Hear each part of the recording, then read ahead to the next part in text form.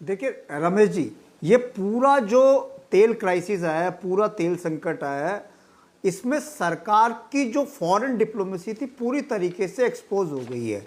क्योंकि ईरान जैसा देश जो हमारा एक समय पे मित्र देश होता था, उसने हॉर्मोज में हमारे जहाज रोक लिए। अभी जैसे अजय बता रहे थे कि सिर्फ 4-5 जहाज ही आए हैं, बाकी तो अभी तकरीबन 150 से ज़्यादा हमारे जहाज वहाँ पे खड़े हुए, जिनको ईरान पास ऑन नहीं देने दे रहा हार्मोज उससे, स्टेट ऑफ हार्मोज से। अब हुआ क्या कि जिस तरीके से अमेरिका के दबाव में प्रधानमंत्री जी ने फैसला ले लिया कि हम रशिया से तेल लेना बंद कर देंगे, हम रूस से तेल नहीं लेंगे। अमेरिका ने शर्त लगाई, इन्होंने सरेंडर कर दिया और रूस हमें डिस्काउंटेड तेल देता था, जो मार्केट प्राइस होता था उससे कम डिस्काउंट करके वो इंडिया को तेल देता था। हमने लेना बंद कर दिया। ईरान ने कहा नहीं आप वेनेजुएला से लोगे, आप रूस से नहीं लोगे, हम मान गए। और पूरी की पूरी सरकार अमेरिका के सामने सरेंडर होगी। एक तरफ अमेरिका से सरेंडर हो गए, दूसरी तरफ आप इजराइल से दोस्ती बढ़ाने लग गए।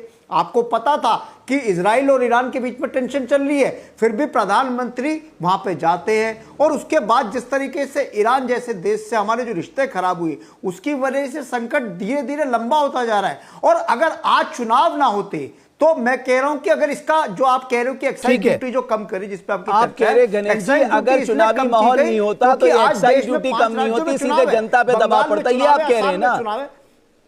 मैं कह रहा हूं साहब, कोई भी सरकार होगी वो पॉलिटिकल डिसीजन ही लेगी साहब, कोई इकोनॉमिक डिसीजन थोड़ा लेंगे। तो ये वो कहते हैं good economics is bad politics. तेल के दाम बढ़ा देते और 4 मई के बाद फिर बढ़ाएंगे। नहीं बढ़ाएंगे। आप एसएन सिंह साहब की बात नहीं सुन रहे थे, बोले आगे भी नहीं बढ़ाएंगे। गैस के दाम भी बढ़ेंगे और जिस पीएनजी पे